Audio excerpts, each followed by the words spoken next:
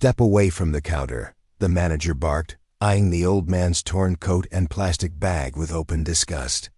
"This isn't a soup kitchen.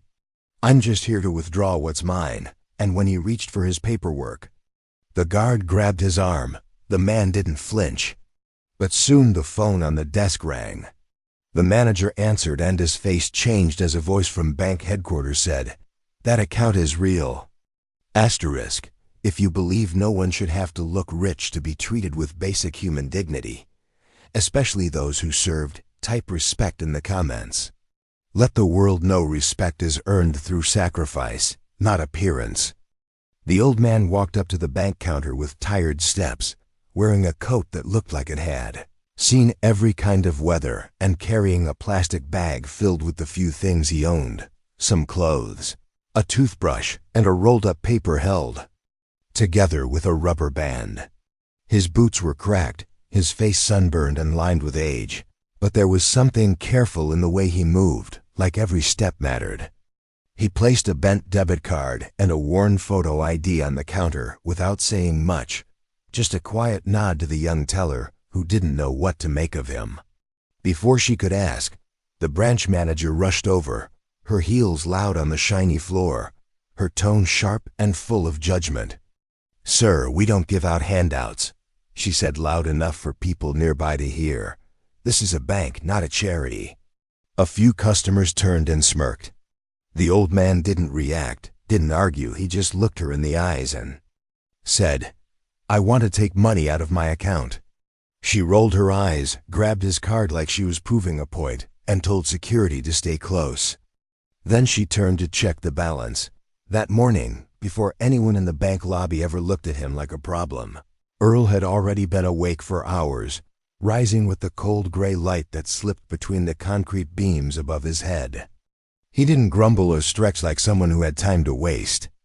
He sat up slowly, rolled his blanket with the kind of precision you don't forget even decades after leaving the service, and tucked it into the canvas duffel bag he never let out of reach. Inside a small tin, wrapped in cloth, were the few things he still treated like treasure: a bronze star, a folded photo from his first deployment, a medal he never told anyone about, and a dog tag chain that had been broken and repaired more than once.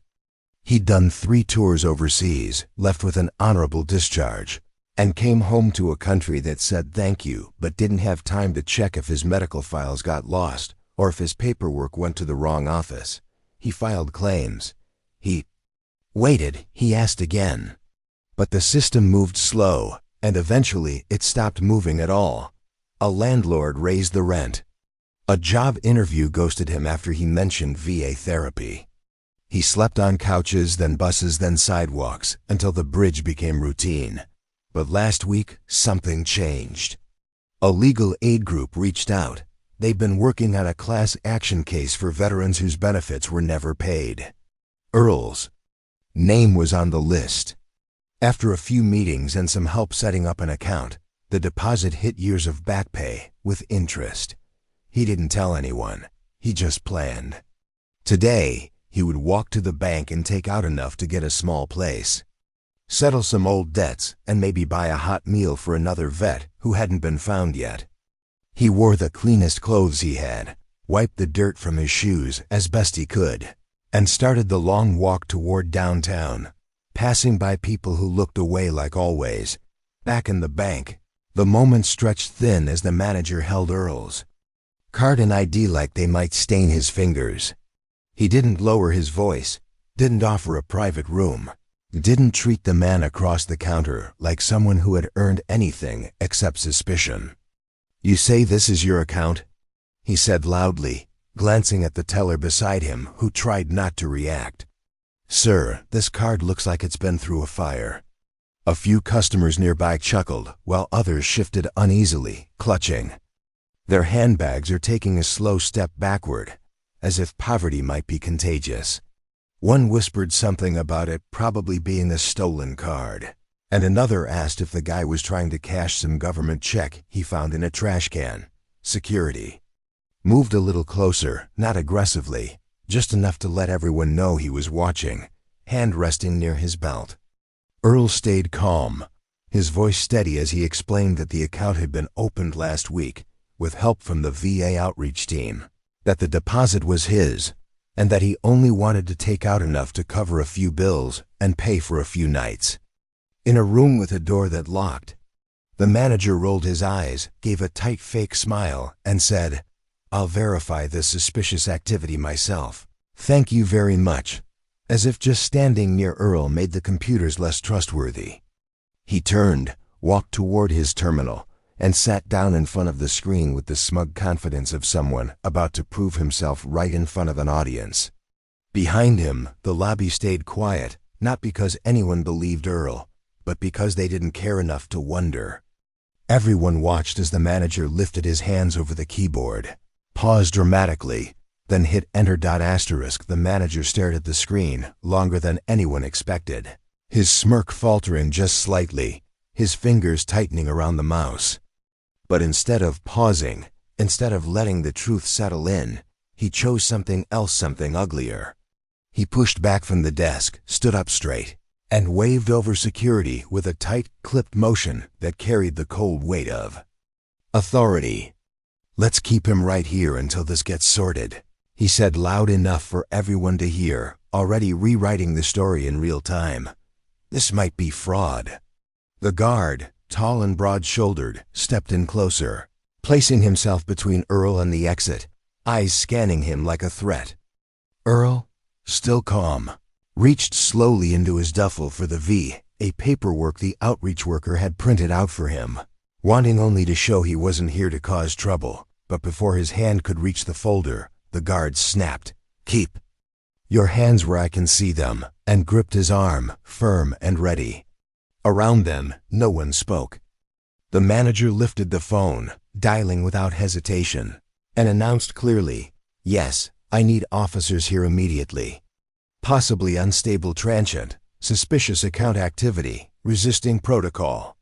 Minutes later, 2 officers stepped through the glass doors, one young, already squinting with suspicion, the other older, watching carefully. The younger one approached fast, barking questions. "Where'd you get this card? Whose ID is this? You running a scam?" Earl didn't resist. He answered politely. It didn't matter. The bag was pulled open, the contents dumped out one by one: rolled socks, a torn flannel, a weathered Bible, and then the tin. When it hit the floor and opened, the metal spilled across the marble like they didn't mean anything. The room was silent. The older officer looked down, eyes lingering on the bronze star, the dusty chain of a dog tag, and something in his jaw shifted. But he didn't speak yet. He just watched, letting the damage unfold. The older officer, still crouched near the scattered metals, finally stood up and said, "Let's get this confirmed properly before we go any further." His voice cut through the silence like a clean edge. The manager, now pale and twitchy, tried to object, but the officer was already dialing direct line to the bank's Central Fraud Division. He put the call on speaker. A clear voice answered, and after a brief back and forth, the officer gave the card number, name, and ID. There was a pause. Then came the words no one in that room was ready to hear. "Yes, that account is fully verified. It belongs to Earl H. Camden, born 1948. Status is active, flags for financial priority services. Balance as of this morning is $3.47 million. The deposit was issued as part of a federal settlement with the Department of Veterans Affairs and includes back pay, interest, and injury compensation. There is no fraud alert, only a recommendation for VIP handling and counseling support." The room froze. The manager's mouth opened slightly, then closed. The younger officer blinked and lowered his hand. One teller gasped audibly, and the older officer, almost reverently, bent down and picked up the bronze star, holding it like it finally meant something again. He looked at Earl, not with pity, but with shame for having stood by while this man was handled like a criminal. The manager began to stammer about precaution and bank policy, but it was too late. Several customers had their phones out now, not hiding it. The moment had turned. Everyone knew it. The older officer, still crouched beside the metals, finally stood and spoke with quiet firmness. "Before we go any further, let's confirm everything properly." His tone left no room for argument. The manager hesitated, then handed over the card like it burned. The officer called the bank's central verification line and put it on speaker. After a few details were given, the woman on the other end paused, then spoke clearly. "Account belongs to Earl H. Camden, born 1948. Status verified. Balance as of this morning is $3.47 million, issued from federal VA back pay and settlement. Noted as high priority, with full financial access and counseling support." Another pause. Then, decorated Vietnam and Gulf War veteran. Multiple commendations. Bronze Star, Purple Heart, Naval Cross. Service record confirmed. The silence that followed was heavier than anything said all morning. The manager's face drained of color. The younger officer slowly lowered his hand, as if realizing just how far this had gone. One of the tellers whispered, "Vietnam?" Like it was something from a book. The older officer bent down and picked up the dusty metal case from the floor, holding it in both hands now, gently. Around them, phones were recording. The lobby had shifted. No one was looking at Earl the same way anymore. A few weeks later, Earl sat at a small wooden table by the window of his new place, a modest apartment arranged through the VA, quiet, clean and warm, with a real bed that didn't need to be packed up each morning, and a bathroom he didn't have to wait in line to use.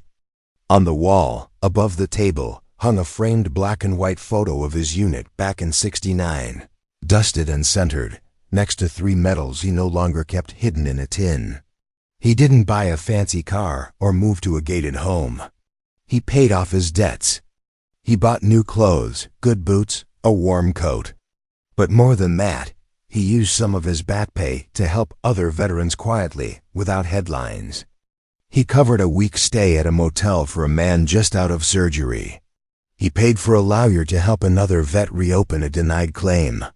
And he donated to the local outreach center that used to hand him a cup of hot coffee and ask how he was doing when no one else cared if he was alive. The bank, facing pressure from the fallout, announced a new program for veteran dignity training. But this was never really about one bank. It's about what we choose to see and what we choose to ignore. Because next time we see someone with torn clothes or tired eyes, the real question isn't how much is in their account, but how much dignity we carry in ourselves. Were you the manager? The customer who said nothing? The cop who rushed to blame?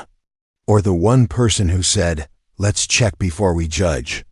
Because respect shouldn't come after a number appears on a screen.